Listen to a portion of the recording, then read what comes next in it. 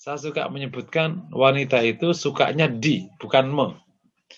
Ditraktir. Nah, suka nggak wanita mentraktir? Nggak suka. Dibayarin, disayangi, digandeng, dicintai. Gitu. Dia maunya itu nunggu posisinya. Kalau laki-laki itu maunya mentraktir, menyupirin, menggandeng, mencintai, dan seterusnya. Gitu. Karena kalau ada wanita yang mencintai dulu, wah lo ini aus banget sih, agresif, nggak punya kehormatan loh. Ternyata wanita punya fitrah. Kalau wanita yang itu dianggap agresif. Yang bagus dia nunggu. Kayak jinak-jinak merpati. Mau tapi pura-pura nggak mau. Kan gitu kira-kira. Itu fitrahnya. Dia hanya maunya. Kalau ada wanita kaya, ketemu laki-laki nggak kaya. Tetap aja maunya dia yang ditraktir. Udah mas, aku aja yang bayar. Nggak ada. Bagi wanita membayarin itu merupakan kehinaan. Masa cewek bayarin? Nggak ada. Cewek dia dibayarin. Gitu. Jadi itu fitrahnya emang. Nah, karena fitrahnya itu nggak cocok menjadi kepemimpinan dan dia juga nggak suka, berarti gugur. Ini analisis hikmahnya ya. Peluang wanita mimpin keluarga berarti enggak. Kedua yang mimpin berdua aja deh kalau kayak gitu. Laki mimpin, perempuan mimpin. Suaranya 50-50. Kalau keluarga begini keputusannya, suami istri suaranya itu sama, ya nggak ada putus. Suami bilang anaknya sekolah di SDIT. Istri bilang, negeri aja mas, murah. Duitnya mendingan aku pakai untuk senam daripada dipakai sekolah. Suami bilang, anaknya les ini. Istrinya bilang, les ini aja deh, vokal. Akhirnya keputusan bisa nggak ketemu. Kenapa? Karena nggak ada yang punya hak atas suara yang mayoritas. Karena pemimpinnya dua. Ya, nah, ini repot rumah tangga kayak gitu. Jadi bisa kacau balau. Nah, berarti tinggal satu pilihan. Berarti kalau gitu yang memimpin laki-laki. Hanya nikah kan laki perempuan. Ternyata laki-laki, kalau gitu nyari nafkah, siap. Sebodoh-bodohnya orang. Kalau perlu nggak tahu agama. Laki-laki itu emang mau nyari nafkah, mau dia. Dan laki itu bangga dieksploitasi sama para wanita. Bangga. Gitu. Mending ya kalau kerjanya itu di darat ya, ke kantor masih mending. Ada jutaan laki-laki yang mempertaruhkan nyawa demi istri dan anak-anaknya. Pelaut. Sering laut. Itu kan bertaruh nyawa kalau ada ombak gede atau angin kencang. Tapi laki-laki ini nggak ada yang menyesal. Bu, enak banget lu di rumah ongkang-ongkang kaki sama anak-anak. Bapak sekarang dia apa itu diterjang ombak sakit, nggak ada. Laki-laki nggak ada yang mengeluh posisi itu. Ia bahkan berkata, biarkan aku yang lemah, biarkan aku yang berat. Asal istri dan anak-anakku itu bahagia. Nah, itu suami yang ngomong kayak gitu ya. Tapi kalau ada laki-laki ngomong enak aja lo, ongkang-ongkang kaki di rumah sama bocah, aku capek di rumah berjibaku dengan orang di laut, tadi juga di hutan, pasti dia bukan suaminya, dia pasti tetangganya kalau kayak gitu. Jadi ulangi lagi, suami emang secara fitrah laki-laki mau mengambil peran itu. Di daerah-daerah itu kan istilah kata ya kemampuan agamanya kan terbatas, tapi laki-laki ya mau masuk hutannya, ke hutan nyari nafkah, ke laut nyari nafkah, berjibaku, gitu. Rela badannya jelek, kusam, tapi ya nyari nafkah, gitu. Dan wanita juga tega itu makan uangnya dari suami yang berjibaku mati tadi itu. Tega juga dia makan. Kok ada wanita yang rela makan duitnya orang yang mau mati? Tapi memang udah fitrahnya, gitu. Oke ya. Jadi akhirnya secara hikmah ilahiyah memang laki-laki fitrahnya memang sanggup mengambil peran besar itu. Jadi dia pemimpin. Ya ini pengantar tentang hak suami atas istri. Apa saja haknya? Satu, dia berhak untuk ditaati. Dengan bahasa lain, istri wajib taat sama suami. Dasarnya hadis Rasulullah. Lau amru ahadan ala ayasjuda ala ahadin lama artul mar'a ayasjuda ala zawjiha au kama qala. Seandainya saya boleh merintahkan orang sujud pada orang lain, maka perintahkan seorang wanita sujud kepada suaminya. Demikian juga di ayat Allah, fassalihatu qanitat. Dan wanita-wanita saleh itu adalah qanitat. Apa itu? Yang taat kepada suaminya. Qanitat itu taat kepada suaminya. Karena kalau taat kepada Allah, bahasa di luar konteks suami istri. Jadi taatnya kepada apa? Kepada seluruh halnya. Ibarat kalau kamu sudah berorganisasi, itu dia ketuanya. Ya udah taat aja. Gitu. Nah, organisasi keluarga itu cakupannya 24 jam ada sepanjang hayat. Cakupannya bukan hanya urusan makan minum, tapi urusan perasaan, urusan anak, urusan hidup. Maka kau taat kepadanya dalam urusan seluruh hidupmu itu. Nah, itulah wanita yang baik. Jangan jadi wanita yang mencak-mencak, mendahului, na'udzubillah. Nanti nggak berkah. Oke, sebelum jauh, ada yang mau bertanya? Silahkan. Saya persilahkan. Insya Allah belum ada, Ustaz. Belum ada. Oke, sip. Lanjut ya. Jadi hak pertama adalah hak berhak ditaati oleh suaminya atau oleh istrinya. Istri wajib taat sama suami. Oke, tadi dasarnya ruang lingkupnya seperti apa? Ruang lingkupnya pada seluruh halnya. Ya. Tentu ketaatan seorang wanita kepada suaminya itu terikat dengan ketaatannya kepada Allah. Karena ada hadis la ta'ata li makhluqin fi maksiatil khaliq. Tidak ada ketaatan kepada makhluk dalam kemaksiatan kepada Khalik. Awas catatannya. Tidak taat kepada suami yang maksiat itu bukan berarti wajib menghinakan suami. Bukan ya. Nggak taat. Misalnya suami nyuruh maksiat. Boleh taat? Nggak boleh. Anu ma, buka jilbabmu dong ma. Gitu kayaknya kamu lebih seksi. Itu nggak boleh taat. Tetap wajib jilbab. Tapi apakah berarti terus menghinakan suaminya? Ya enggak. Tetap aja harus dihormati. Karena ada kewajiban berlaku ma'ruf. Paham ya? Terus itu catatan apa? Catatan dalam kaitannya dengan hak pertama ya. Tidak boleh taat kepada suami jika dia dalam maksiat kepada Allah. Yang kedua, bentuk ketaatannya atau juga harus dalam koridor yang ma'ruf. Maka kalau suami memerintahkan sesuatu yang sudah masuk kategori kedoliman, gitu, atau ghairu ma'ruf, maka tidak perlu. Kenapa? Karena suami terikat dengan kewajiban memperlakukan istrinya dengan ma'ruf. Nah itu gimana? Misalnya katakan, ma, mohon maaf, naudzubillah, entah saking gimana, pokoknya kamu wajib ngepel ini pakai, bukan ngepel ya, katakan contoh ekstrim itu, kamu wajib jilatin kakiku. Nah, itu nggak boleh. Karena sudah ada unsur ghairu ma'ruf. Bahkan masuk kategori kedoliman. Suami itu tidak boleh melampaui batas ma'ruf. Tidak boleh melampaui batas ma'ruf. Jadi istri wajib taat sama suami. Tentu koridornya kalau itu ma'ruf. Kalau nggak ma'ruf, boleh tidak ditaati. Tapi yang pertama tadi, kalau tidak maksiat. Ini masalah hukum. Kalau ini masalah ma'ruf, mungkin ada hal-hal yang nggak pantas untuk disuruh. Ya nggak usah. Nah, nanti kaitannya apa? Kaitannya dengan hal-hal yang dilepas oleh agama. Kayak misalnya, apa nih misalnya,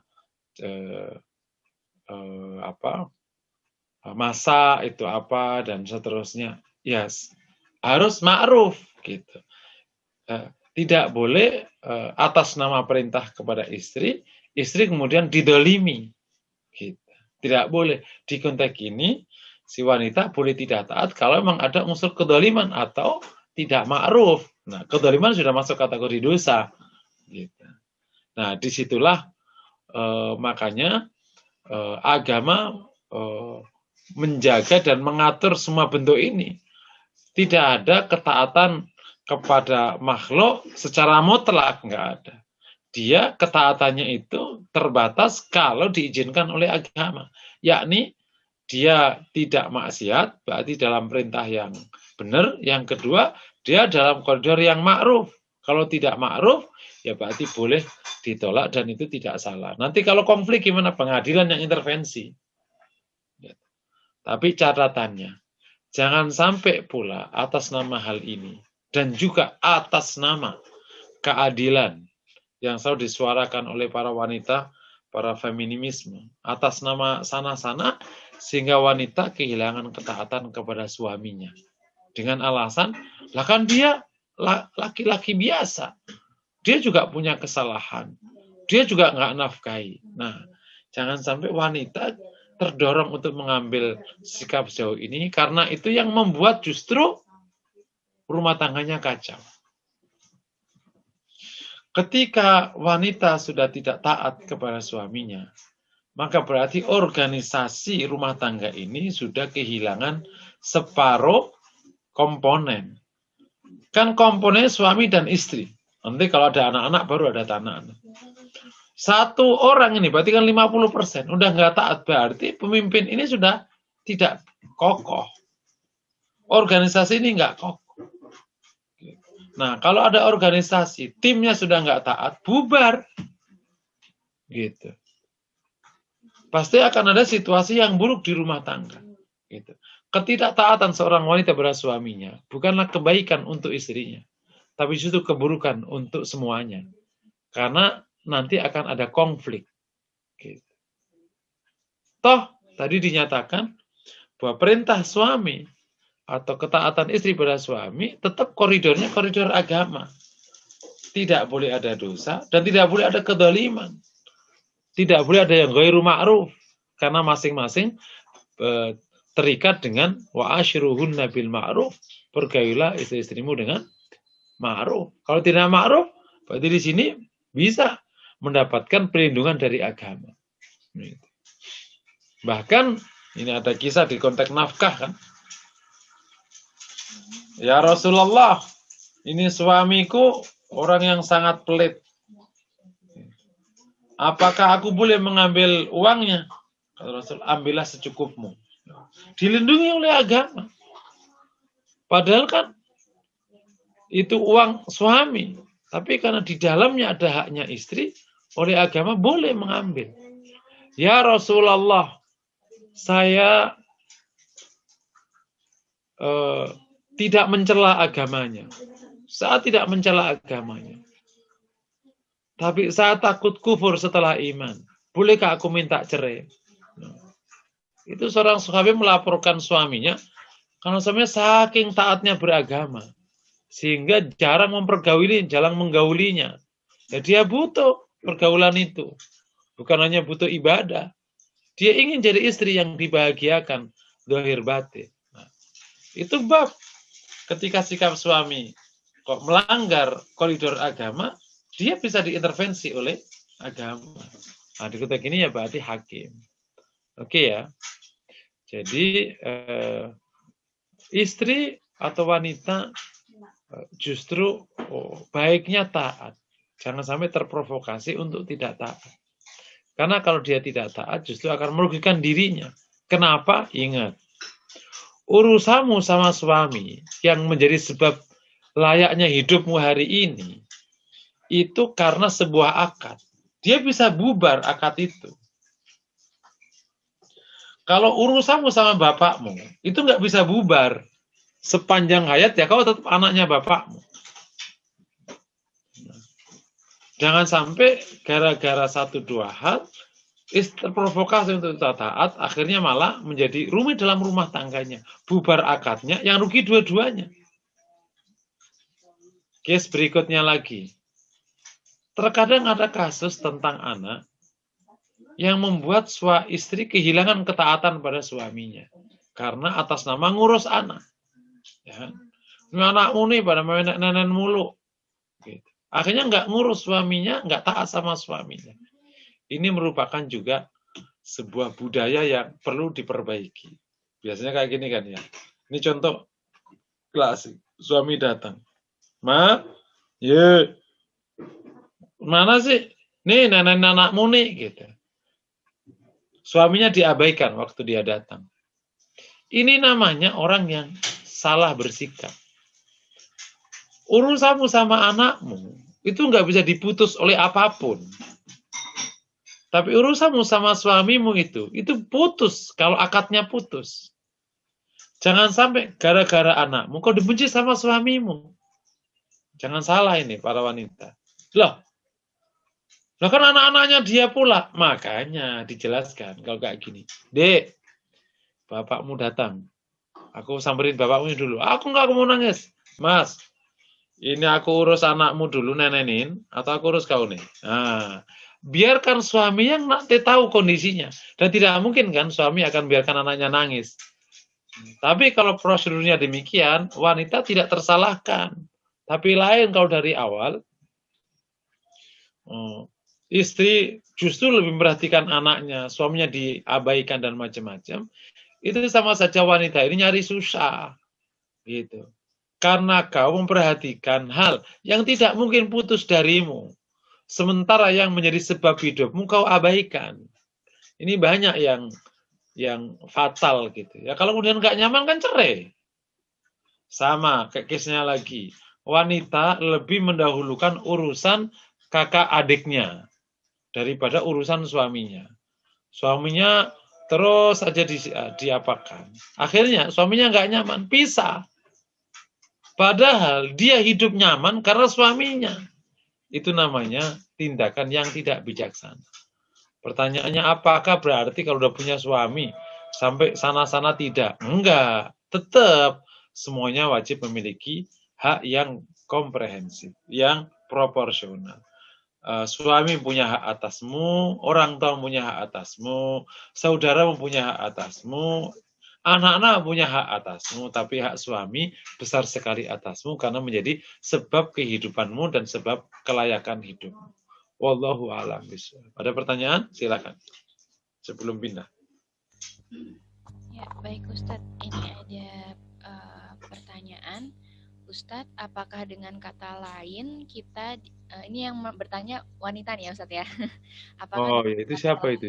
Zaina, Siti. Zaira. Ustadz, apakah dengan kata lain kita dianjurkan punya kriteria suami, mencari suami yang dapat dengan mudah dan ikhlas kita taati dan ikuti langkahnya, memiliki kemampuan qawam yang baik, selangkah lebih dari seorang istri. Terima kasih. Itu benar sekali. Nanti akan dibahas di lanjutan di poin ini. Jadi agama itu kan memang bisa dijalankan dengan baik kalau kondisinya juga baik kan. Kita dengan mudah taat sama suami, manakala suaminya memang orang yang pantas ditaati. Makanya kalimatnya qawwam. Di hadis yang lain, baik agamanya. Apakah berarti kita wajib mencari gitu? Bentar Mbak, jangan cari laki-laki yang kayak cewek. Gitu. Yang maunya beres, nggak mau repot, penakut, nggak tanggung jawab, kerdil, otak lambat. Jangan pilih kayak gitu, repot. Sama aja gini aja deh, kalau paling gampang ini. Kamu nyari pekerjaan, nyari dong yang dirutnya itu keren.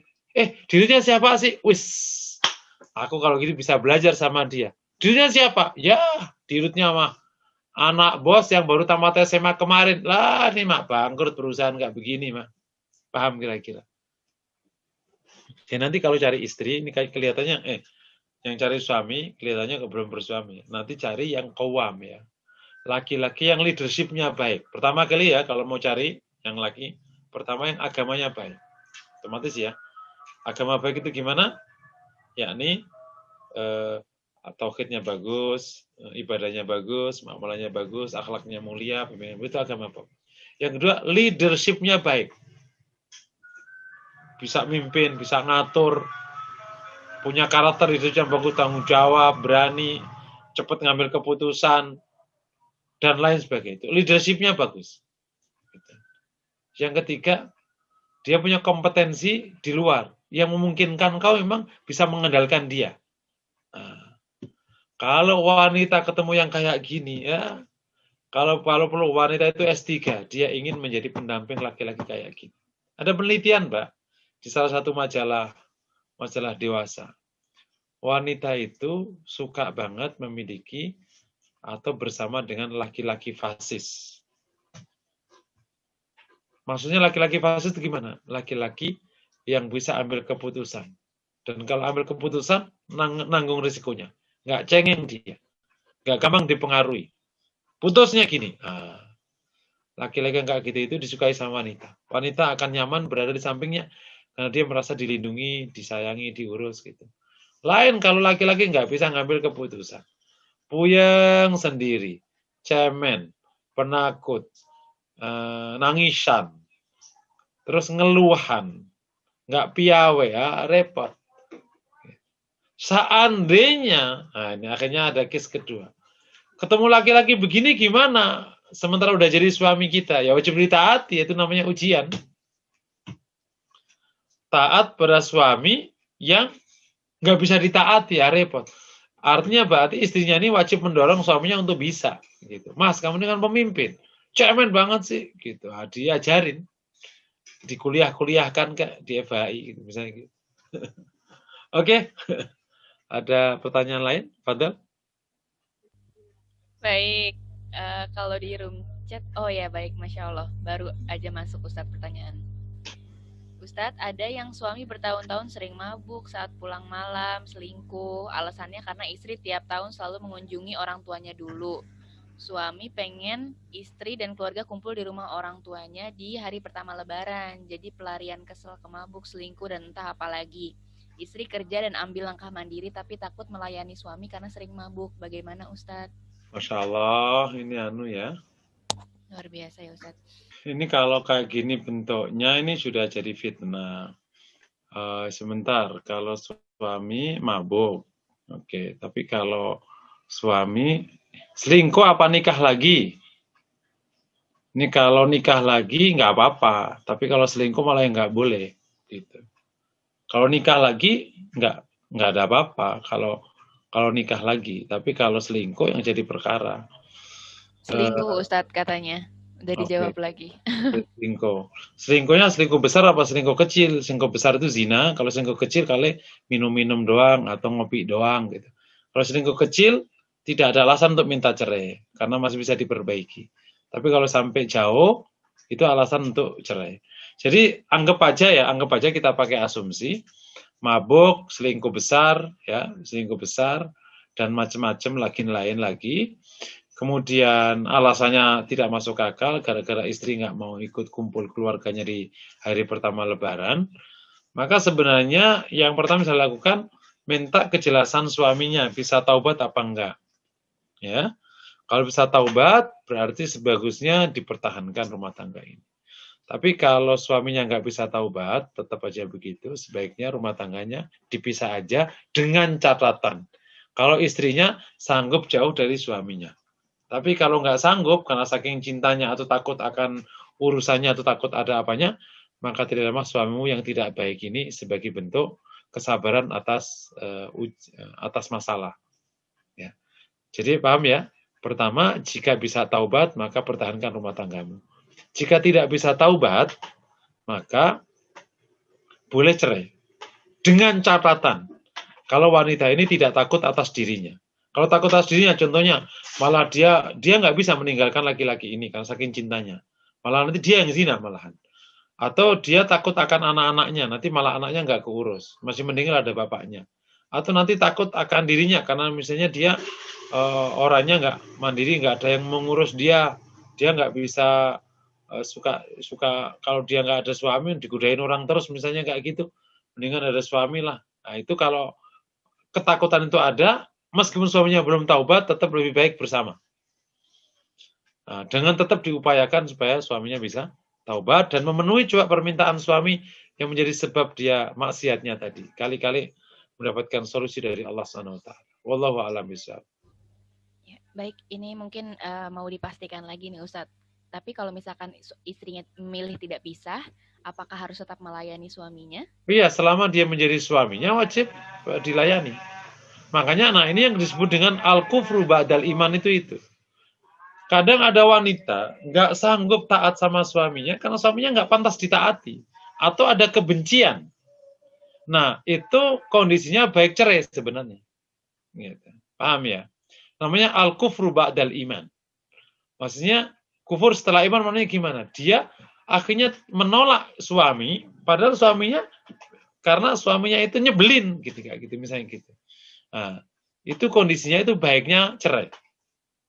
Baiknya cerai. Gitu. Tapi kalau nggak sanggup cerai karena satu dua hal, ya akhirnya berlaku hukum yang sama. Case ini sedikit saya tambahin jawaban. Ada case yang mirip tapi nggak lebih buruk ya. Suami tidak kerja, ya. Suami nggak kerja. Suruh kerja sama istrinya nggak mau, ya. Suami lebih memilih mengantar istri kemana-mana. Istrinya puyeng karena menanggung nafkah keluarga full. Karena suaminya numpang di usaha istrinya. Jawabannya gimana? Ya cerai. Wong suaminya nggak mau cari nafkah. Tapi kata istrinya, Ustaz kalau saya cerai, nanti anak-anak nggak punya bapak, malah repot. Ya udah, terimalah suamimu yang nggak jelas itu.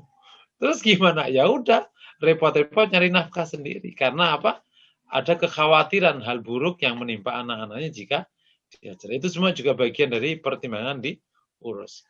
Kembali ke pertanyaan ini, tetap kalau situasinya kayak gitu, cerai lebih bagus. Tetapi kalau ada hal yang dipertimbangkan, akhirnya tidak cerai, wajib melayani. Wallahu a'lam bishawab. Dengan segala kekesalannya.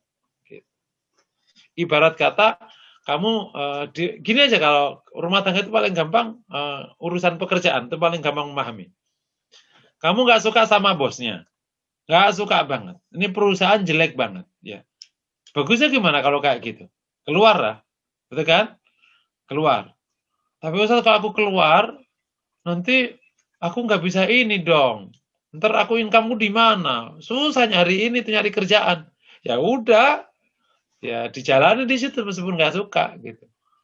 Apalagi bos itu kalau nyuruh ya enggak Ustaz.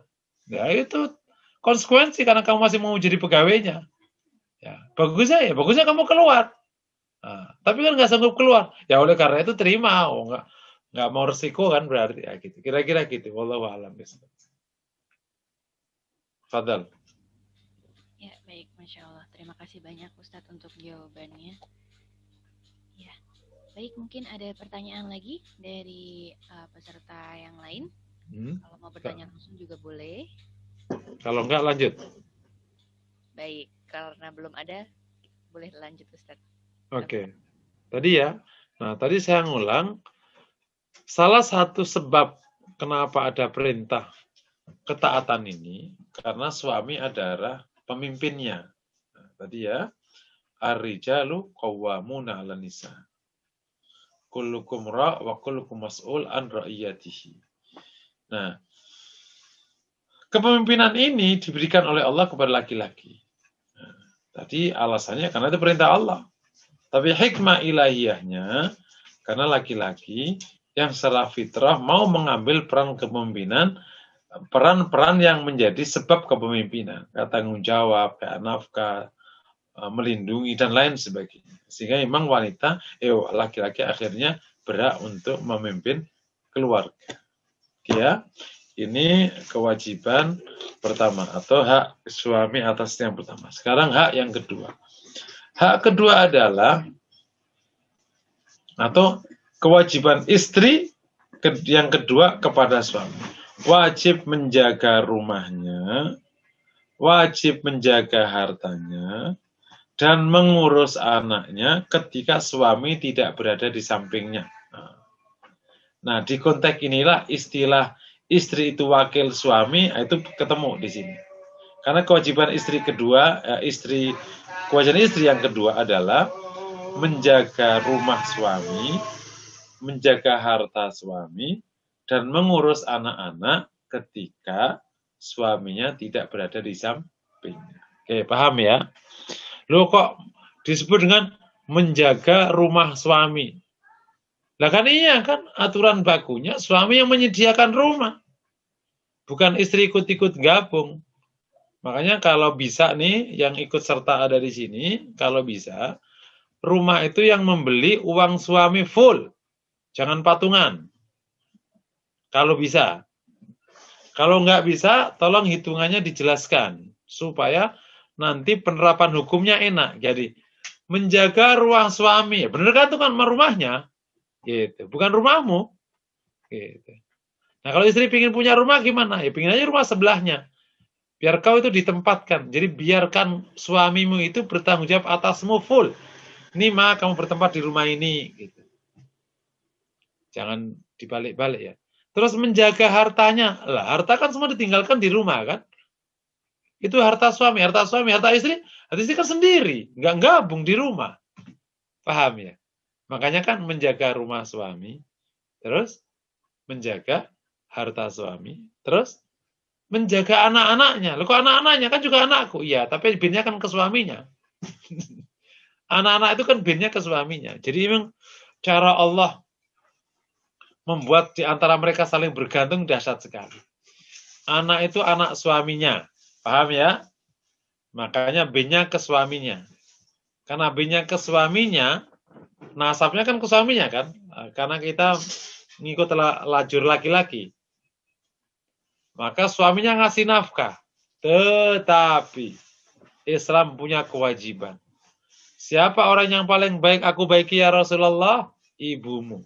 Siapa lagi? Ibumu. Siapa lagi? Ibumu. Terus bapakmu. Jadi anak-anak meskipun formalitasnya itu anak bapaknya, tapi kebajikannya ke ibunya. Masya Allah, seneng banget. Jadi bapaknya cuma dapat formalitasnya aja. Gitu. Ibunya yang dapat kualitasnya. Dan fitrahnya demikian fitrahnya. Anak-anak emang lebih dekat ke ibunya daripada ke bapaknya. Makanya kalau ada anak-anak kalau lebih dekat ke bapaknya, pasti salah itu ibunya. Gitu. Dan bapak di mana-mana nggak cemburu kalau anaknya dekat sama ibunya. Nggak ada bapak. Nak, kamu dekat banget sama mama, sama bapak dong. Nggak ada. Bener udah sama ibu aja, sama ibu aja. Gitu. Emang di mana-mana bapak lebih seneng kalau anaknya dekat sama ibunya karena jadi bapaknya bisa ngopi. Kalau dekat sama bapaknya nggak jadi. Terus suruh nyebokin, suruh ngambilin susu, suruh ngapain. Nah, kalau dekat sama ibunya kan akhirnya sama ibunya semua. Fitrahnya demikian. Sampai nanti ketika anak udah besar berkeluarga, tetap dekatnya sama ibunya. Masya Allah. Gitu. Ibunya ini, padahal yang ngasih nafkah ibunya. Anaknya yang ngasih nafkah bapaknya. Anaknya anak bapaknya. Tapi dekatnya sama ibunya. Sampai tua, nggak ada satupun orang berani sama ibunya. Masya Allah. Jadi kualitasnya yang megang ibunya, formalitasnya yang megang bapaknya. Gitu. Anaknya bin bapaknya. Tapi anaknya justru lebih hormat sama ibunya. Ini cara Allah membuat masing-masing terkait dan tergantung. Ya, paham ya? Nah, di konteks ini mohon kepada para istri ini, karena ini kewajiban istri, jangan cuma senang aja kalau dapat nafkah, kalau nafkahnya kurang kau marah-marah. Diurus itu rumah, dijaga itu harta. Diurus itu anak kalau lagi bapaknya tidak ada. Bapak sering nggak ada kalau hari kerja. Ini berarti kan asumsinya ibu tidak kerja kan ya. Kan berarti menjaga harta, menjaga anak ketika bapak nggak ada. Nah, kalau bapak nggak ada, ibu ikut nggak ada, yang ngurus siapa? Ya repot. Paham ya? Bapak nggak ada, ibu juga ikut nggak ada. Repot, anak-anaknya nggak ada yang ngurus. Bapaknya keluar kota, maknya keluar kota pula. Berarti nggak ada yang ngurus. Makanya ketika nanti wanita ngambil pilihan untuk kerja, pastikan tetap kerjaan yang tidak mengganggu kualitas dia sebagai ibu dan istri dari seorang suami. Ya, menjaga anak. Nah, di konteks ini justru secara faktual atau secara empiris menjaga anak-anak bahkan lebih banyak bisa diperankan oleh ibu.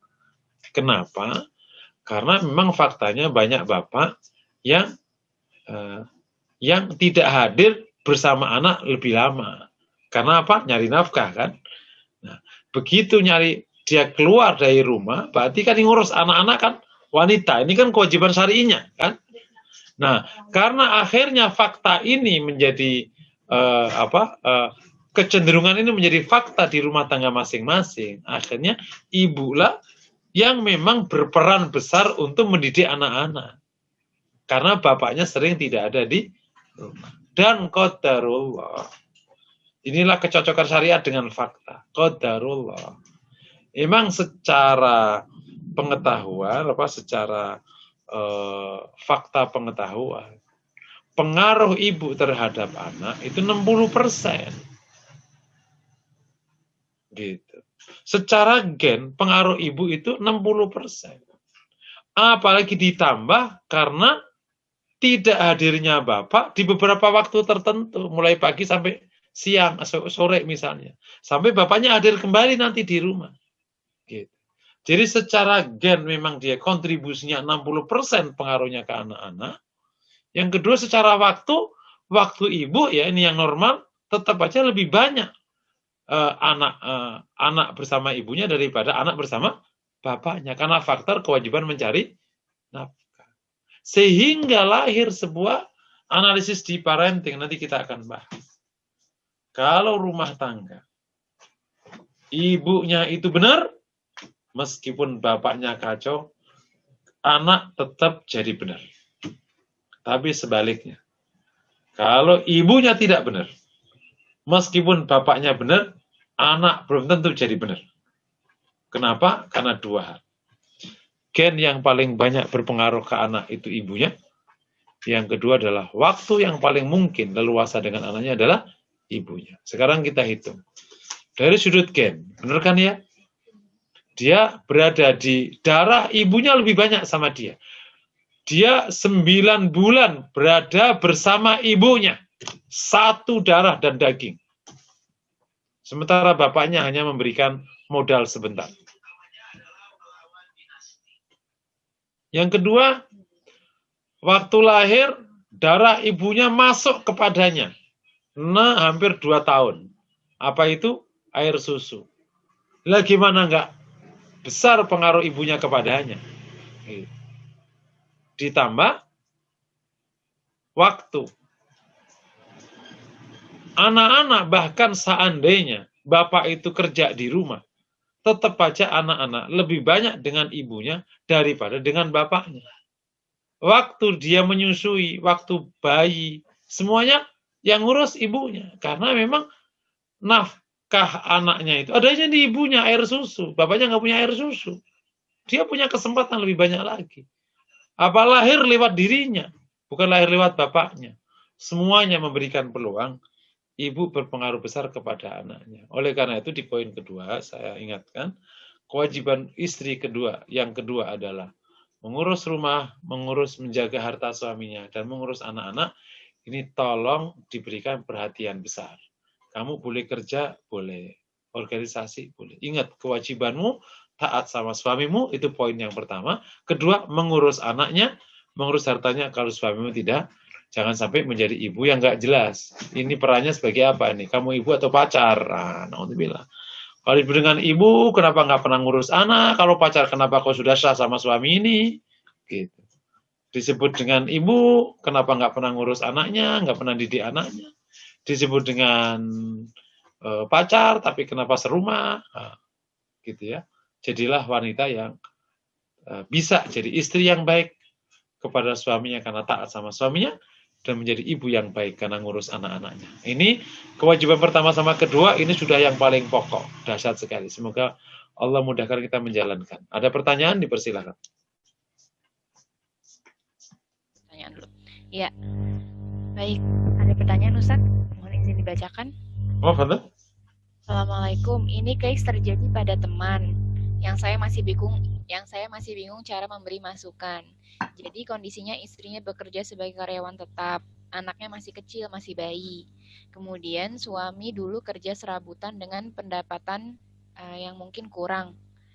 Terus anak yang masih bayi akhirnya dititipkan ke daycare, tentu dengan biaya yang tidak sedikit. Terus kondisinya karena kerja suami penghasilannya tidak begitu banyak ya, kurang, jadi suami di rumah menjaga anak-anaknya. Bagaimana cara memberi masukan kondisi seperti ini, Ustadz? Masya Allah. Jadi ini yang saya sering sebut dalam rumah tangga itu ada fakta-fakta salah, bukan karena ingin salah, karena ketidakmampuan. Nah, fakta-fakta salah ini harus dibalikkan kembali ke fakta yang benar. Karena kalau nanti suami tidak bekerja, dia kerjanya ngurus anak, maka akan berdampak ke berikutnya lagi. Suami kehilangan kepemimpinan. Nah, kalau suami kehilangan kepemimpinan, maka rumah ini kehilangan pemimpin. Nanti akhirnya justru konflik yang lebih banyak. Jadi kalau mau dimulai, ini kan ada fakta salah nih. Suami tidak cari nafkah karena kerjaannya susah, sehingga memilih mengurus anak-anaknya daripada meletakkan anaknya di daycare. Ini benar dalam konteks jangka pendeknya, gitu. Tapi jangka panjangnya ini kondisi harus diselesaikan. Yang pertama, mendorong suami dapat pekerjaan yang baik. Harus diupayakan. Kalau selama ini kerja serabutan, bisa nggak suami itu dicariin pekerjaan tetap misalnya? Atau diajarkan dagang yang benar. Intinya, katakan dalam waktu setahun misalnya, coba mas, bisa nggak punya income yang lebih baik gitu. Aku bantu deh gitu. Oke, itu dulu.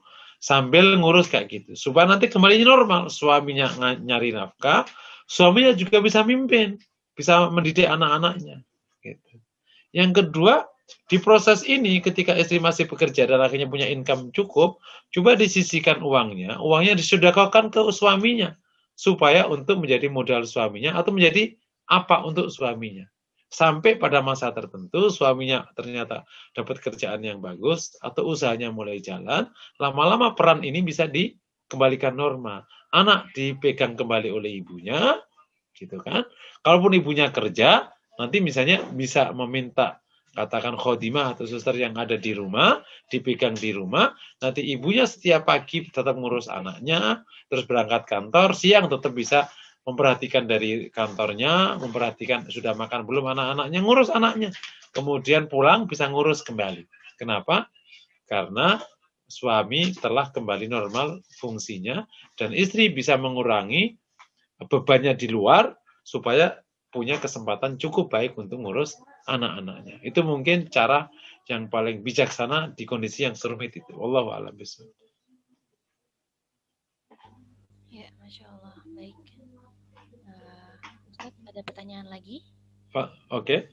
Ya, ini Ibu Syarifah mungkin nanti kalau saya ada salah baca boleh dipastikan ya Bu ya.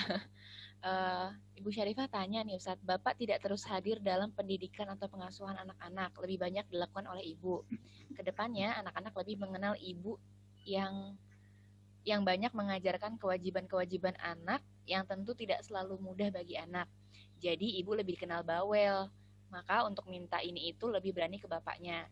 Lah emaknya jadi ngerasa strong Ustadz, tapi kalau curhat tentang keseharian lebih asik sama ibu. Gimana nih Ustadz, apakah ada yang harus diperbaiki? Oh iya. Jadi kalau ada suami tidak hadir, maka ibu ngambil peran. Tapi waktu ibu ngambil peran, jangan sampai menjadi peran ayah, gitu. Jadi ibu nanti di pengasuhan nih, insya Allah nanti bahasannya di parenting nih, insya Allah akan kita bahas. Jadi ibunya tetap mendidik anak, tapi peran sebagai seorang ibu. Nah, ayahnya gimana? Nanti ibunya mendorong, ayahnya menjadi pengambil keputusan. Misalnya gini, nak, panjang lebar. Nah, untuk bab ini, nak, kita harus tanya ke ayahmu.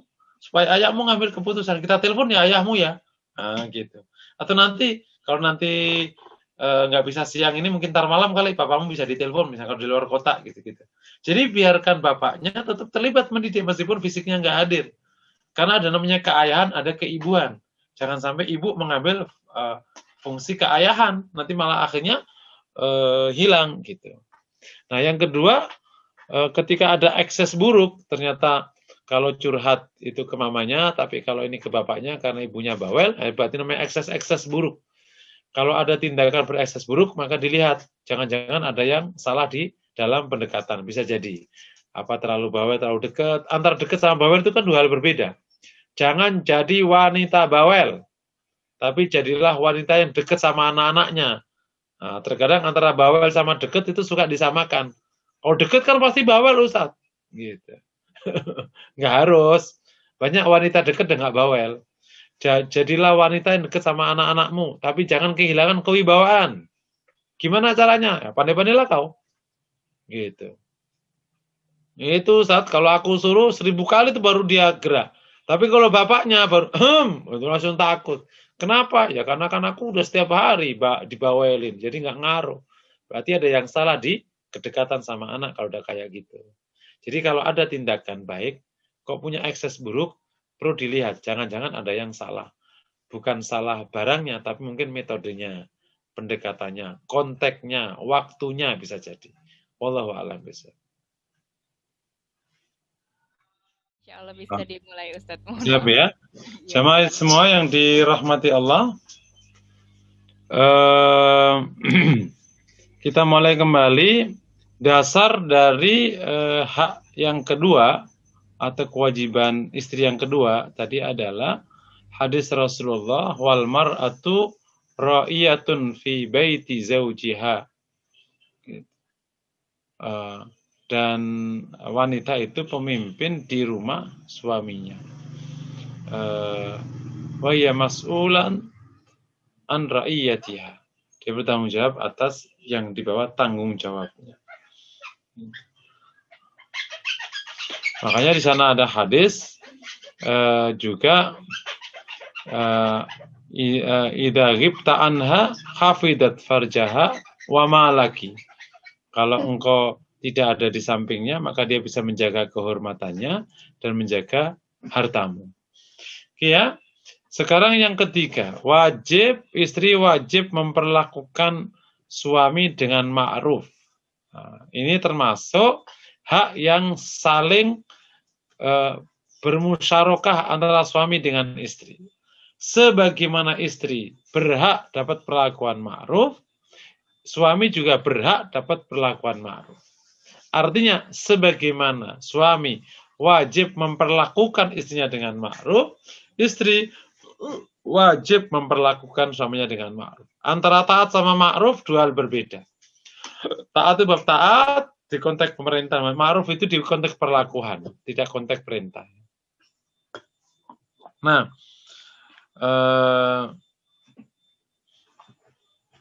walahunna mithlul ladzi 'alaihinna bil ma'ruf. Ini dasar hukumnya. Walahunna mithlul ladzi 'alaihinna bil ma'ruf. Bagi wanita itu mendapatkan hak atas laki-laki untuk dapat pergaulan ma'ruf. Walahunna mithlul ladzi 'alaihinna bil ma'ruf. Bagi wanita berhak mendapatkan ma'ruf sebagaimana ia wajib juga berlaku ma'ruf. Jadi ma'ruf itu apa? Ma'ruf itu semua tindakan, sikap, omongan, pandangan, semua saja yang membuat baik gitu. Tidak menghinakan, tidak mencaci maki, tidak membenci. Kebencian termasuk bagian dari tidak ma'ruf. Contoh, bisa jadi nggak sampai mencaci maki. Misalnya dikasih uang tapi nggak banyak. Bu, ini ada uang nih, tolong pakai gitu. Terus mungkin sedikit jembeng gitu. Gitu misalnya kayak gitu. Itu mungkin nggak ngomong, tapi itu nggak ma'ruf. Karena ada kebencian. Sebagaimana suami tidak boleh membenci istri, sehingga dia wajib menemukan yang membuat dia bisa mencintainya, istri juga demikian. Kan ada hadis tentang la yafraq mu'min mu'minah. In kariha minha khalqan radiya minha khalqan akhar. Tidaklah seorang suami boleh membenci seorang istri karena satu akhlaknya. Maka kalau dia menemukan yang membuat dia benci, dia harus menemukan yang membuat dia suka. Sama dengan hal ini, wanita juga demikian. Tidak boleh membenci suaminya karena satu dan lain hal. Kalau dia menemukan yang ia benci, dia harus menemukan yang membuat dia suka. Mungkin suaminya agak pelit, tapi dia kok tanggung jawab. Mungkin suaminya agak kurang rapi, tapi mungkin orangnya gampang kok, nggak ribet, nggak repot. Nah, ma'ruf ini mencakup semua halnya. Hati, perasaan, kata, sikap, perbuatan.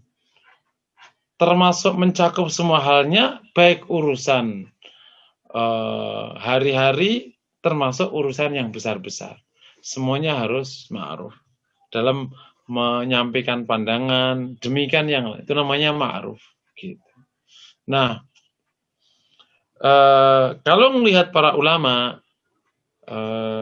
di konteks hadis Nabi yang menjadi ciri wanita salihah, letaknya ada di mana? Kan ada ciri wanita salihah kan, idza nadartaha sarratka wa idza amartaha ta'atka wa idza ghibta ana hafizat farjaha wa malaka. Jadi wanita salihah jika kau pandang dia membuatmu suka. Ya. Terus jika kau perintah dia taat. Terus jika kau pergi dia bisa menjaga dirinya dan menjaga hartamu. Nah, yang tindakan yang membuatmu suka. Nah, para ulama meletakkan tindakan yang membuatmu suka itu dalam arena ma'ruf. Paham ya? Jadi, ma'ruf itu tindakan, perilaku, sikap yang membuat suamimu senang. Nah, gitu paling gampang. Tentu koridornya harus dalam koridor syariah. Tidak boleh ada yang maksiat. Oleh karena itu, kalau sampai melukai perasaan suamimu, hati suamimu, dan lain sebagainya, itu bagian dari tindakan tidak ma'ruf dan merupakan ciri wanita yang tidak solihah. Gitu. Misalnya, contoh, ketika suami datang, maka kan sunnahnya wanita harus rapi-rapi, bukan kacau. Nah, itu bagian dari ma'ruf. Sebagaimana istri wajib ma'ruf, suami juga wajib ma'ruf, nggak boleh kacau. Gitu. Jadi ma'ruf itu termasuk luas sekali cakupannya. Gitu. Termasuk di dalamnya ketika istri tidak membuat nyaman suaminya di rumah, entah karena dia berantakan atau bau, itu bagian dari tidak ma'ruf. Gitu. Karena di dalam naungan kata idza nadartaha sarratka. Kalau kau melihatnya maka dia membuatmu senang. Nah, ini masuk di ma'ruf. Gitu. Jadi semua sebagaimana tadi di sana kan, suami wajib memperlakukan istrinya dengan ma'ruf. Jadi senang istrinya itu. Gitu. Nah, di konteks-konteks ini jadi cakupannya itu luas sekali. Intinya rumah tangganya menjadi nyaman, menyenangkan, sakinah, penuh cinta dan penuh kasih. Makanya ada namanya sakinah, ada mawaddah, ada rahmah. Ya. Dan tiga-tiganya ini sifat, bukan orang. Kan ada yang menikahi Bu Sakinah, Bu Mawaddah, dan Bu Rahmah. Dia dapat. Jadi sakinah, mawaddah, rahmah itu sifat. Ya. Bukan kita, supaya rumah tanggamu sakinah, maka nikahi sakinah. Penuh mawaddah, maka nikahi Bu Mawaddah. Kemudian dan rahmah, maka nikahi Teh Rahmah. Ya udah, dia dapat sakinah, mawaddah dan rahmah. Bukan itu ya. Jadi sakinah itu adalah hal yang paling mendasar dari rumah tangga. Tenang di sampingnya, bahkan itu menunjukkan itu jodohmu.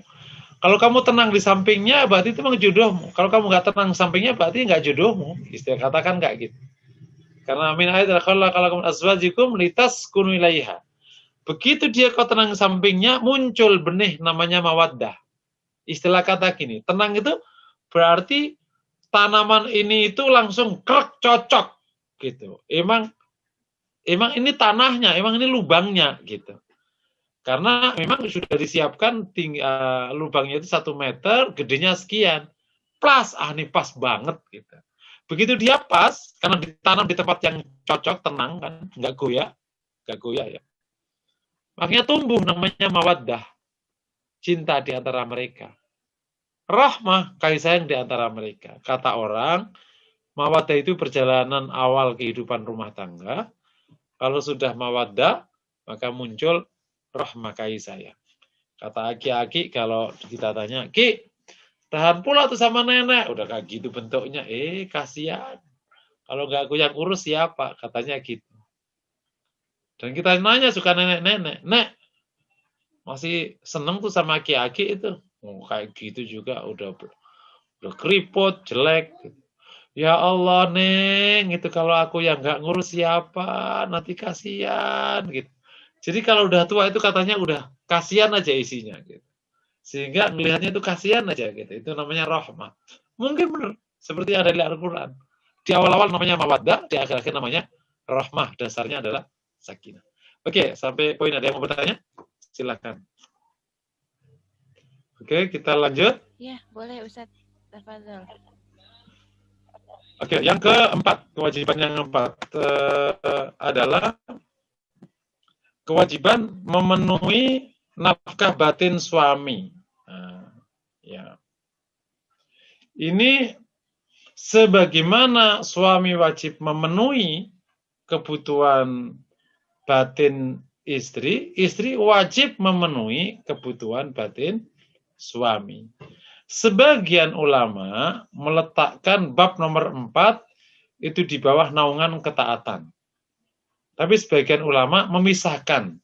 Yang benar dipisahkan. Karena dua hal berbeda itu. Ketaatan-ketaatan, urusan nafkah batin. Nah, jadi nomor 3 sama 4, ma'ruf sama nafkah batin ini termasuk kewajiban yang mushtaraka baina zaujain. Suami wajib memberikan nafkah batin ke istri juga wajib memberikan nafkah batin ke suami. Dia bukan hak monopoli, tapi hak berdua. Jadi masing-masing memiliki hak atas yang lain. Ini sebagaimana hadis Nabi yang terkenal, yang akhirnya terkadang dimasukkan bab ketaatan. Gitu. Idza ta'arrajul imra'atahu, ya. Kalau ada laki-laki itu meminta istrinya, maka dia wajib melakukannya. Meskipun dia ada di tungku adonan roti. Kalau dia tidak melakukannya, maka malaikat akan melaknatinya sampai subuh. Artinya ini bab sesuatu yang tidak ada toleransi sedikit pun. Ini di bab ini termasuk yang yang dapat pembicaraan daripada ahli-ahli feminis nih. Kenapa demikian Islam itu mendorong demikian besar urusan kayak gini ini? Sehingga hampir nggak ada toleransi. Pokoknya kalau suami mau ya harus gitu. Karena ternyata ini hikmah ilahiyah yang luar biasa. Suami itu karakternya atau laki, karakternya itu tidak bisa berhenti kalau sudah ingin. Nah, kalau dia sudah ingin nggak bisa berhenti. Kalau dia berhenti, maka bisa berdampak ke penyakit namanya prostat. Gitu. Lain kalau istri itu bisa berhenti. Istri itu bisa berhenti. Istri dia bisa menahan berhari-hari bahkan. Kalau suami tidak bisa. Ini hikmah ilahiyahnya. Gitu. Jadi kenapa kok di Islam itu mendorong sedemikian kuat? Karena suami tidak bisa berhenti dan nggak bisa menahan. Kalau dia datang keinginannya dan tidak tersalurkan, maka dia bisa terancam penyakit yang cukup berat, prostat. Bahkan bisa sampai lebih jauh kemana-mana. Gitu. Nah, supaya juga tidak berdampak ke level yang lebih jauh, misalnya sampai akhirnya membutuhkan orang lain dalam bentuk haram, zina, naudzubillah min dzalik. Makanya kalau sudah ketahuan suaminya demikian, maka harus dipastikan istrinya memahami dan menyiapkan dengan sebaik-baiknya. Berapa kali tidak ada aturan bakunya, gitu. Yang rajih adalah kapanpun dan dimanapun itu istri wajib melakukannya. Nah, kalau jika mendapatkan yang memang banyak kebutuhannya, ya istrinya harus siap-siap. Tapi kalau kebutuhannya moderat, gitu, atau sama-sama kebutuhannya sama-sama besar, yaitu berarti saling siap-siap. Kan ada suami juga wajib memenuhi kebutuhan nafkah batin istri. Kalau istrinya kebutuhannya besar, ya suaminya harus memenuhinya. Harus sering-sering olahraga, sering-sering makan madu. Demikian juga kalau istri mendapati kebutuhan suaminya besar, ya dia harus siap-siap. Tidak boleh menterlantarkan, naudzubillah min dzalik, karena berbahaya dari sudut kehidupan kesehatan dan juga dari sudut perilaku. Karena kalau tidak terpenuhi bisa aja mencari jalan haram, naudzubillahi min dzalik. Oke. Itu kewajiban yang keempat ya. Ada pertanyaan di koin kedua ini? Apa ke poin ini sekarang ada pertanyaan? Ya, baik. Insya Allah ada Betul? pertanyaan, Ustadz. Ya, betul. Assalamualaikum warahmatullahi wabarakatuh, Ustadz. Kami adalah pasangan lansia yang sudah menikah hampir selama 33 tahun. 3 tahun? 33. Oke. Pertanyaannya, bagaimana supaya kami bisa tetap menjadi keluarga yang sakinah dengan segala kekurangan masing-masing, dan semoga juga dapat menggapai husnul khotimah. Amin. Mohon tipsnya ya, Ustadz. Masya Allah, kalau pasangan lansia yang pertama dibanyakin sabarnya aja sudah. Udah bisa mengarungi 33 tahun, itu berarti sudah mau asam garam rumah tangga, keburukan pasangan sudah paham, sudah hafal. Udah ditambahi sabarnya saja, ditambahin konaahnya. Udah diterima. Nomor 3, ditambahin syukurnya. Ya, sabarnya, konaahnya, syukurnya. Nah, insya Allah kalau tambah sabar, tambah konaah, tambah syukur, insya Allah rumah tangganya sakinah. Itu yang pertama ya. Yang kedua, diperkuat ibadahnya. Nanti Allah yang tambah barokai. Ya, justru di usia senja, jangan kemana-mana. Rajin aja ngaji, rajin ibadah, kalau perlu kemana-mana berdua, ke masjid berdua, ngaji berdua, gitu. Kan sudah aki-aki sama nenek-nenek kan. Panggilannya udah sayang lagi tuh. Sayang, kamu udah sarapan belum? Belum sayang. Kata anak muda samping, Ki, manggilnya sayang banget, romantis banget, udah aki-aki. Kata si aki-aki, ini Aki sayang banget sama nenek ya? Kata aki-aki, bukan sayang, aku lupa namanya. Jadi ditambahin ibadah, karena ibadah itu yang insya Allah membuat tenang, gitu. Sakinah itu kan ketenangan, itu kontributor utamanya ibadah. Jadi yang tambah udah sepuh ini, ibadahnya ditambahin. Nah, yang ketiga, khusus ibadah apa? Zikir. Zikir yang membuat tenang. Itu zikir la haula wala quwata illa billah. Saya pesankan kan, jangan lupa 3 zikir utama. Zikir la ilaha illallah, la ilaha illallah, terus zikir taubat, dan zikir salawat. Nah, karena salah satu sebab orang punya masalah itu dosa. Nah, kalau sering kita bertaubat, semoga hilang dosanya, hilang masalahnya. Oke ya. Terus nomor apa tadi? Tambah syukurnya, tambah sabarnya. Nomor 3, tambah ibadahnya. Nomor 4, tambah zikirnya. Yang terakhir, dekatkan dengan anak dan cucu. Di usia lansia, upayakan anak cucu bisa dekat. Misalnya minta anak-anak, cucu, setiap minggu datang ke rumah nenek, ya, misalnya kayak gitu. Itu membuat sakinah, tambah senang. Nah, kalau ada orang tua sampai anaknya nggak pernah datang itu, sesoleh-soleh apapun, dia merasa nanti nggak nyaman. Oleh karena itu pesan, karena ini yang nanya lansia, maka bilang ke anak-anaknya, tolong jangan jauh. Maksudnya bilangin, sering datang ke rumah orang tuanya, gitu. Seminggu sekali hanya nengok kakek neneknya, gitu. Dan itu membuat orang tua bahagia dan sakinah, insya Allah. Oke, 4 tips, semoga Allah barokah, amin. Ya, ada pertanyaan, Ustadz, boleh dilanjutkan ya? Udah pertanyaan lagi? Nggak ada, belum? Ada pertanyaan, Ustadz. Oke, fadal. Ya, Assalamualaikum. Ini adalah kejadian yang telah terjadi sehingga terjadi perceraian. Dalam pemenuhan nafkah batin ada berbeda pandangan pada suami dan istri. Si istri menganggap hal yang diminta suaminya melanggar syariat, sedangkan si suami menganggap hal tersebut masih dalam perdebatan ulama. Karena tidak ada titik temu, maka si istri meminta cerai kepada suaminya karena menganggap suami sudah memaksanya melakukan maksiat. Bagaimana posisi istri yang meminta cerai dalam hal ini? Afwan jazakallah. Ya ini karena ini sudah kaitannya dengan halal haram, kita penetapannya nggak bisa gini. Yang dimaksud dengan haram tadi apa? Gitu. Apakah memang pernyataan istri yang benar bahwa yang diminta suami itu haram? Kalau yang minta suami haram ya nggak boleh. Kalau maksa ya haram, ya minta cerai menjadi benar. Tapi kalau ternyata memang itu belum, misalnya belum, ya atau masih khilaf di antara para ulama, maka permintaan istri cerai nggak boleh. Karena suami memang masih pada posisi diberikan kelonggaran oleh syariah. Jadi kalau ditanya kasusnya kasus apa, nggak bisa umum kayak begini. Gitu. Wallahu a'lam bishawab. Paling kalau kayak gini harus privat, artinya dalam arti privat itu ya harus jabrian ya, supaya kasusnya apa gitu. Yang dimaksud dengan permintaan suami yang melampaui syariat tadi itu apa gitu. Apakah benar itu sudah masuk kategori maksiat atau sebenarnya seperti kata suami itu belum maksiat gitu. Ini harus dijelaskan secara hukumnya terlebih dahulu. Wallahu a'lam. Ya, baik, Masya Allah.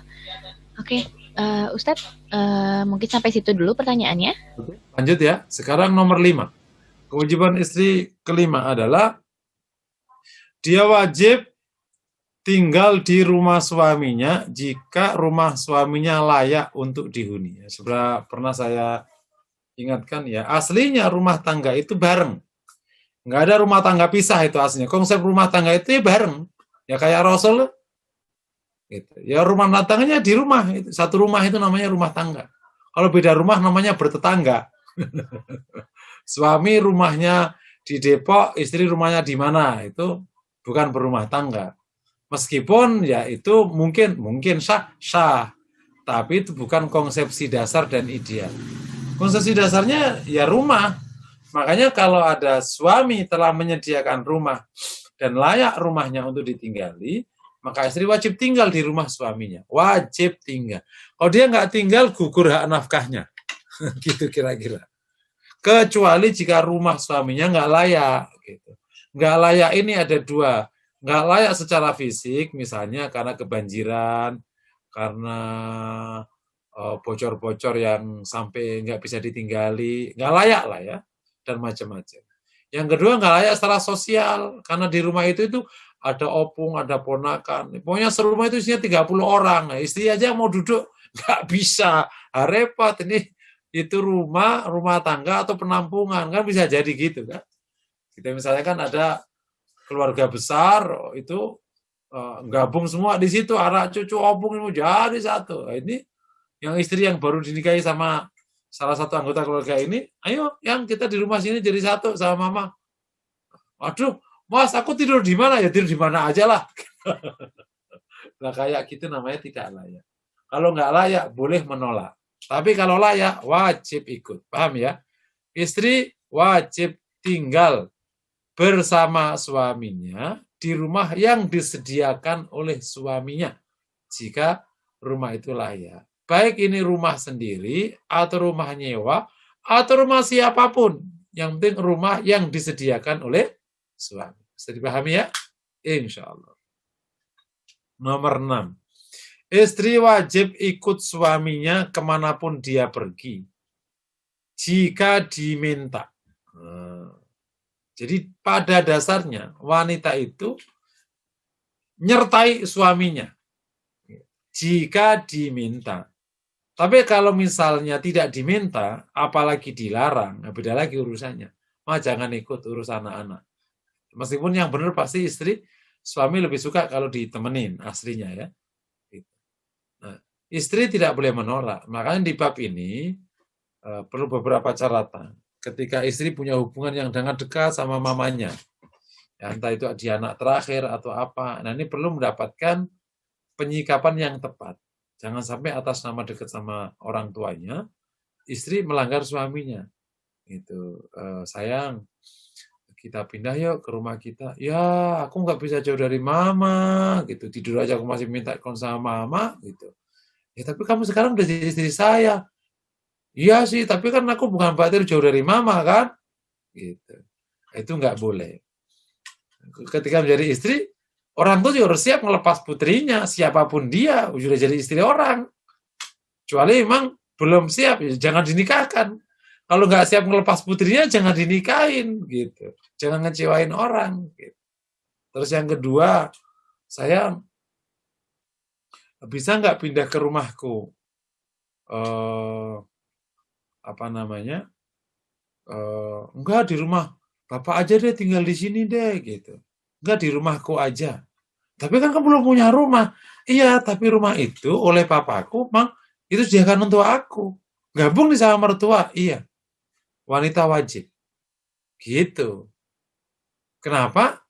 Karena dia harus ngikuti suaminya. Meskipun dia ngikutin bapaknya, itu urusan dia.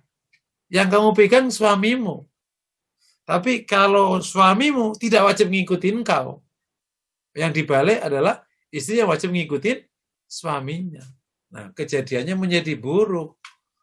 Laki-laki yang tidak tanggung jawab, sayang, kita nanti tinggal di rumah orang tuamu aja ya, gitu. Supaya duit kita awet. Itu mah laki-laki gak tanggung jawab, itu mah namanya di Pondok Indah Mertua, PIM.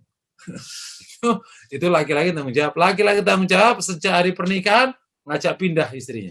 Sekarang kita pindah, meskipun di kontrakan kecil kalau perlu. Kita bangun rumah tangga.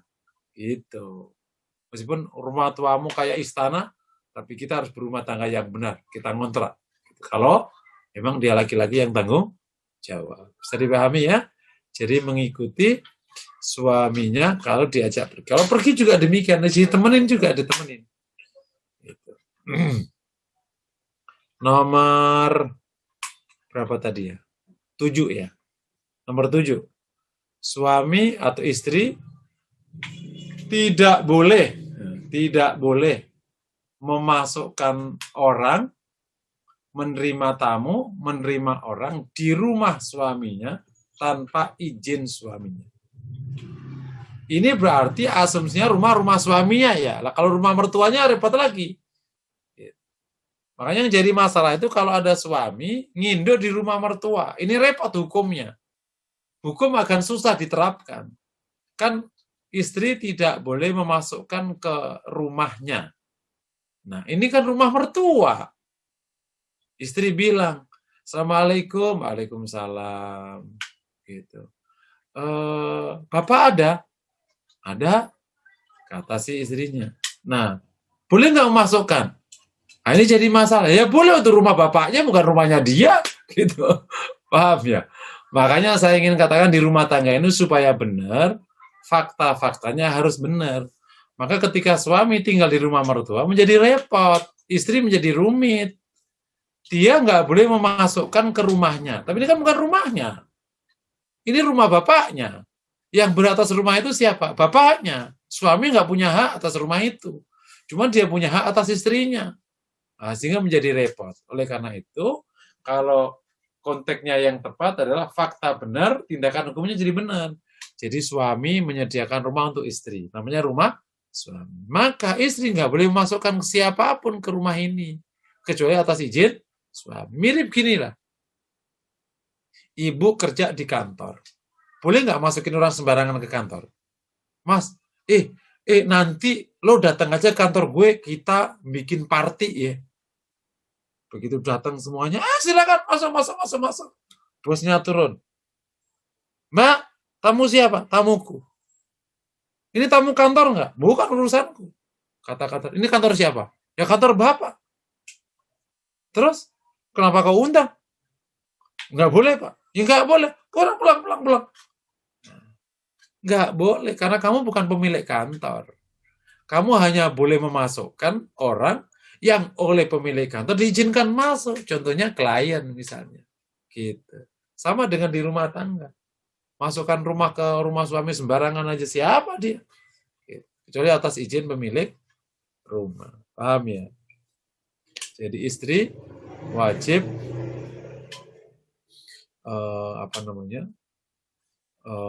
tidak boleh memasukkan orang ke rumah suaminya kecuali tak izin suaminya. Oke. Sampai poin ini. Ada yang mau ditanya? Silahkan. Baik, sebentar Ustadz ya, saya cek dulu. Oke, belum ada pertanyaan Ustadz kalau di room chat? Belum ada, oke. Atau ada yang lain yang pada peserta-peserta itu? Silakan. Boleh, silakan jika ada yang mau bertanya langsung. boleh Nah, ini peserta-peserta ini itu sebenarnya orang yang sama setiap minggunya atau orang yang berbeda, Mbak? Kalau saya perhatikan sekilas, mayoritas sama, Ustadz. Oh, mayoritas sama ya. Ya, Alhamdulillah. mungkin ada beberapa yang mungkin pakai nama yang beda atau siapa karena Oke, ya. oke. Insya Allah. Oke, insya Allah. Iya, Ustadz. Bagus lah. Iya, alhamdulillah. Kalau nggak ada pertanyaan, kita lanjut. Ada pertanyaan? Boleh. Tafadhol Ustadz, belum ada. Oke. Mungkin nanti boleh diinfokan jika ada pertanyaan ya, Bapak Ibu dan teman-teman. Sip. Sekarang berikutnya nomor 8, Pak. Ya. Nah, ini sebenarnya ada kaitannya dengan poin keempat, tapi para ulama ngebedain. Istri nomor 8 nih berarti nomor 8 sih? Nomor 8 bener ya? Istri wajib menyerahkan dirinya kepada suami begitu nikah itu sah. Karena akad pernikahan itu kan akad badan. Jadi makanya misalnya kalau ada, mohon maaf nih ya, kalau ada pernikahan, habis nikah terus istrinya langsung nggak mau. Ya salah. Aku nggak kenal kamu. Nggak, ya salah itu. Gitu. Kalau mau dinikahi maknanya mau menyerahkan badannya. Kenapa? Karena al-aslu fin nikah huwa memang al-aktu fil abdan. Gitu. Aslinya nikah itu memang akad terhadap anggota badan. Sebentar ya, perlu ngecas sebentar. Boleh Ustadz, silakan. Jadi kami ulangi lagi, begitu pernikahan itu sah, maka wanita wajib menyerahkan badannya. Nah, tetapi apakah berarti suami wajib menyerahkan badannya? Suami nggak perlu dikatakan wajib, dia yang butuh. Karena otomatis dia terikat dengan kewajiban memenuhi kebutuhan istrinya yang sudah kemarin kita bahas ya. Bisa dipahami ya.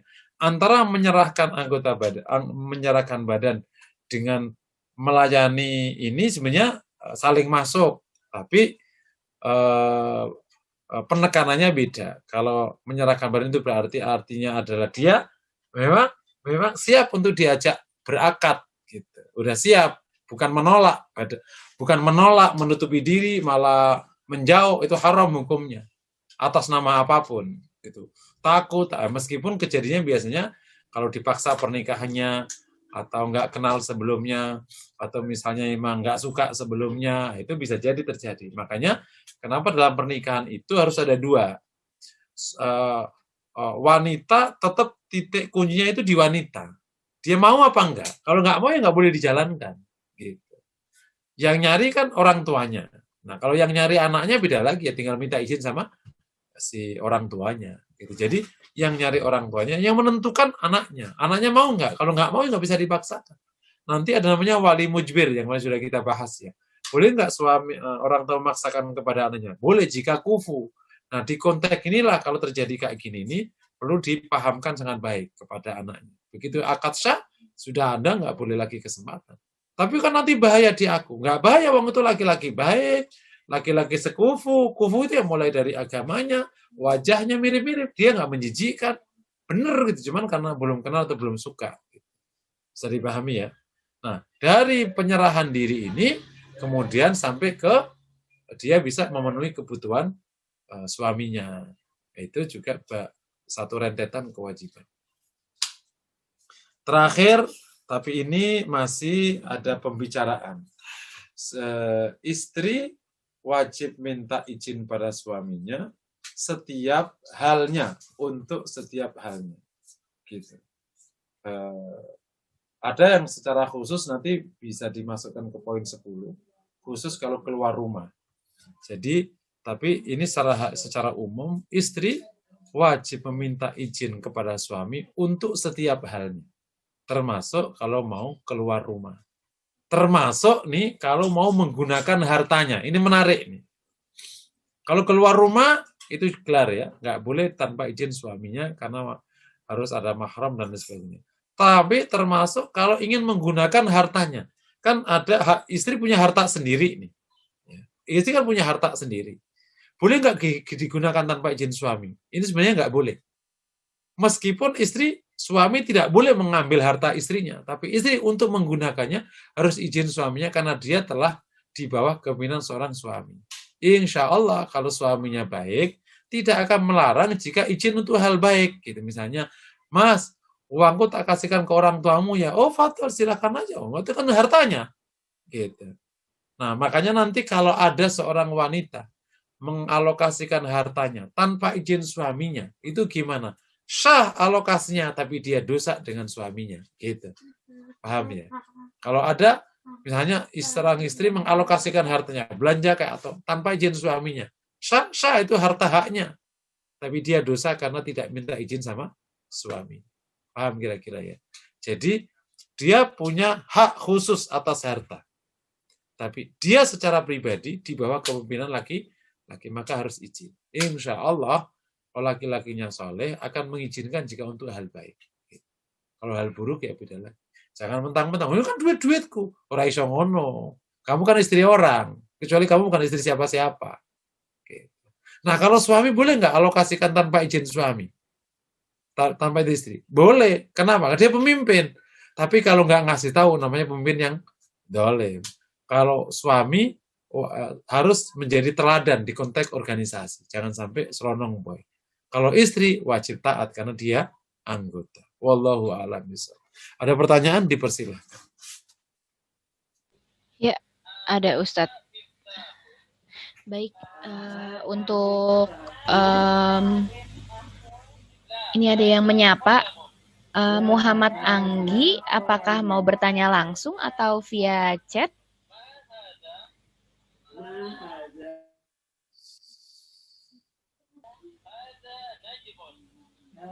Baik, mungkin kita tunggu dulu ya Ustadz ya. Ada pertanyaan berikutnya Ustadz. Oke. Ya, bagaimana jika istri sudah menganggap pasti suaminya mengizinkannya jika ia akan melakukan perjalanan keluar rumah sehingga ia tidak meminta izin secara langsung? Oke, jadi ini memang bab budaya. Izin itu kan satu perintah hukum. Implementasinya itu sangat terkait dengan budaya. Apakah di rumah itu memang sudah ada semacam sesuatu yang dipahami mereka berdua, kalau suaminya mengizinkan. Misalnya, kalau aku ngaji di dalam komplek, itu biasanya tanpa ngomong pun boleh.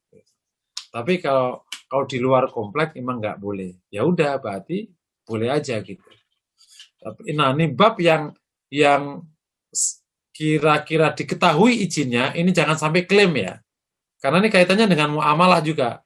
Kalau sama dengan jual beli gini, jual beli itu kan aslinya harus akad gitu. Mbak, bakwanya berapa? Bakwanya harganya 1.000.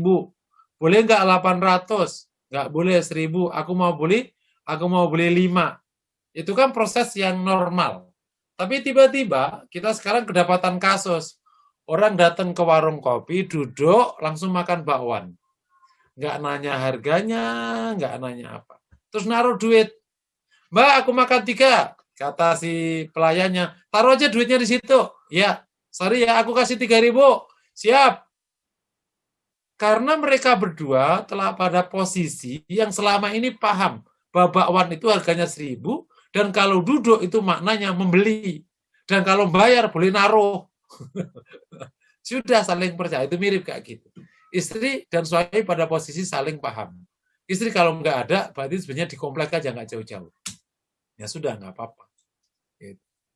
Dan nah, kalau di luar yang sudah dipahami, maka harus izin.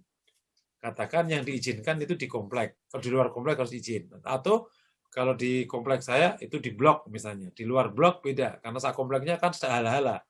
Misalnya kayak gitu. Kalau sak blok.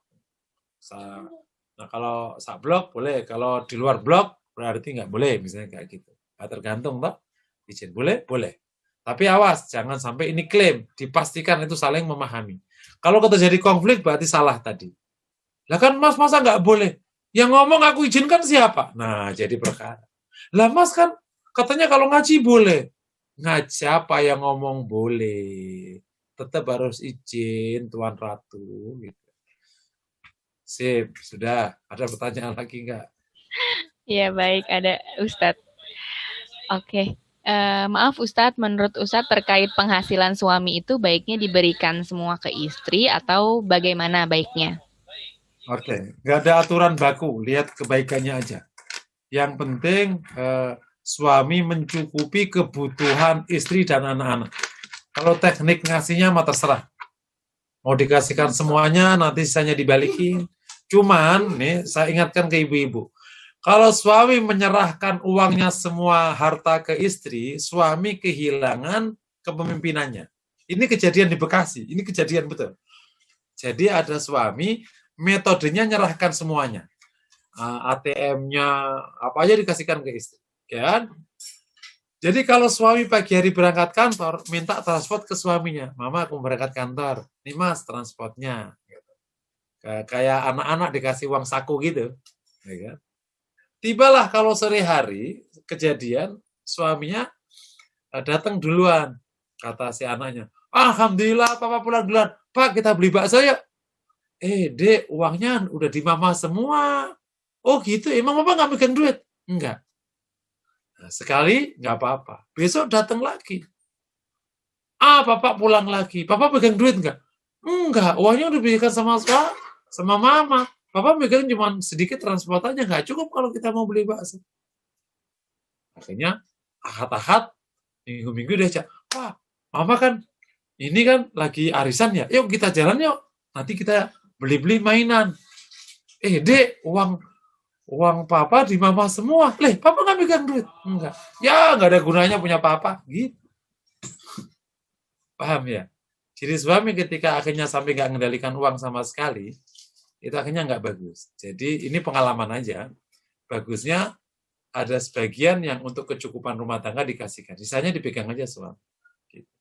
Itu tergantung kebijaksanaan masing-masing. Tapi kalau tradisi-tradisi di beberapa orang-orang soleh, itu yang mengendalikan uang suami langsung. Karena bagian dari menafkahi. Makan di luar yang bayar suami. Kan aku yang ngasih nafkah, masa dibayar sama istri? Nggak mau. Gitu. Istilahnya nggak mau dibayar sama wanita, nggak mau. Lah kan juga uangmu, nggak apa-apa. Aku yang bayar. Istri tahunya beres saja. Gitu. Ya itu masing-masing, itu budaya ya. Boleh sana, boleh sini. Gitu. Di Arab, suami yang ke pasar belanja, istrinya tinggal nemenin aja, bayarin semua. Ini beras, ini apa gitu. Beda-beda budaya ya. Allah alam bisa. Kalau kayak gitu terasa kowamnya itu, kokoh sekali megang kendali. Istrinya enak, tinggal beres maunya. Nah, tapi beda itu budaya beda-beda ya, terserah masing-masing. Yang penting cukup. Allah alam bisa. Yang dicukupi kebutuhan ya. Yang jadi masalah kalau memang uang diserahkan ke istrinya itu, salah satu adalah terkadang nggak bisa ngebedain antara kebutuhan dengan keinginan. Ya itu agak repot sekali. Allah alam bisa. Silakan, ada pertanyaan lagi?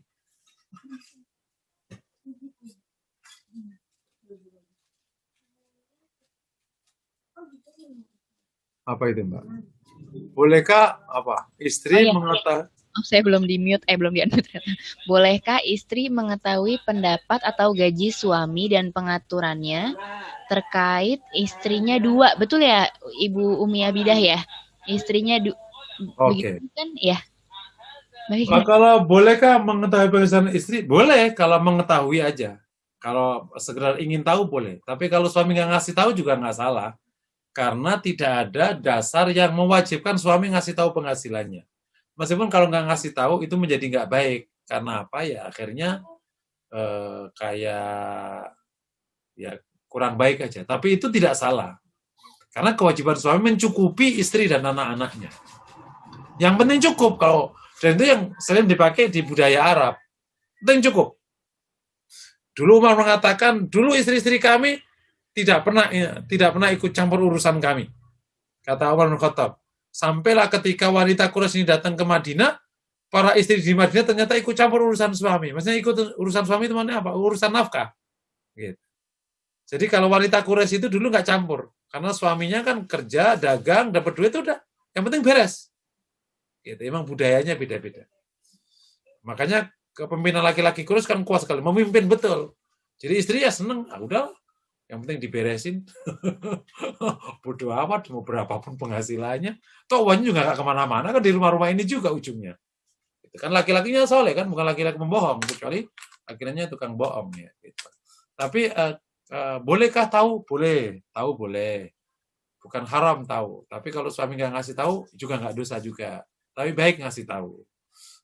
Nanti tergantung masalahannya. Kalau dikasih tahu malah nanti jadi perdebatan panjang, ya nanti malah, karena bisa jadi, Mas, kenapa sih itu sedekahnya banyak sekali gitu? Untuk dakwah banyak, untuk kita malah lebih sedikit. Nanti panjang ceritanya. Padahal kalau nggak tahu, udah nyaman dia. Ini dengan asumsi laki-lakinya soleh, kawam, punya uang. Tapi kalau laki-lakinya emang nggak soleh, nggak kawam, tukang bohong, tukang tipu, ya beda lagi urusannya. Gitu. Apalagi jika punya istri lebih dari satu, punya dua, yaitu ingin tahu baik asal tak nanti nggak menyebabkan pertengkaran. Loh, kok kekalahan banyak banget, Mas? Aku cuma sedikit. Ini panjang jadi ceritanya ujungnya. Itu memang plus minus lah. Tapi intinya secara agama ini teknis nggak dibahas. Masing-masing silakan aja mana yang baik gitu. Paham ya? Tidak wajib bagi suami ngasih tahu jumlah penghasilannya. Juga tidak wajib istri wajib tahu penghasilan. Kalau mau tahu silakan aja. Kalau nggak tahu juga nggak apa-apa. Yang penting urusannya cukup. Gitu. Cuman memang plus minus. Kalau gaya suami yang kayak Arab itu, ya suami yang pusing sendiri. Pusing sendiri. Mas, anak-anak pada mau kuliah, ya gitu. Kamu nggak bisa ini ya, yang enggak lah, nggak ngerti apa-apa. Bayarnya besok. Ya udah, suaminya pontang-panting nyari sendiri. Ya karena biasanya dia harus tanggung jawab kan. Nggak ngelibatkan istrinya dalam urusan. Suaminya, istrinya biar apa? Biar tenang aja gitu. Biar yang berat suaminya. Plus minus lah kayak itu kayak berumah tangga. Wallahu a'lam bishawab. Ya, baik Ustadz Musinin. Pertanyaannya, alhamdulillah sampai di situ. Ya, bagaimana Ustadz? Ada yang mau dilanjutkan? Kita mau lanjutkan lagi?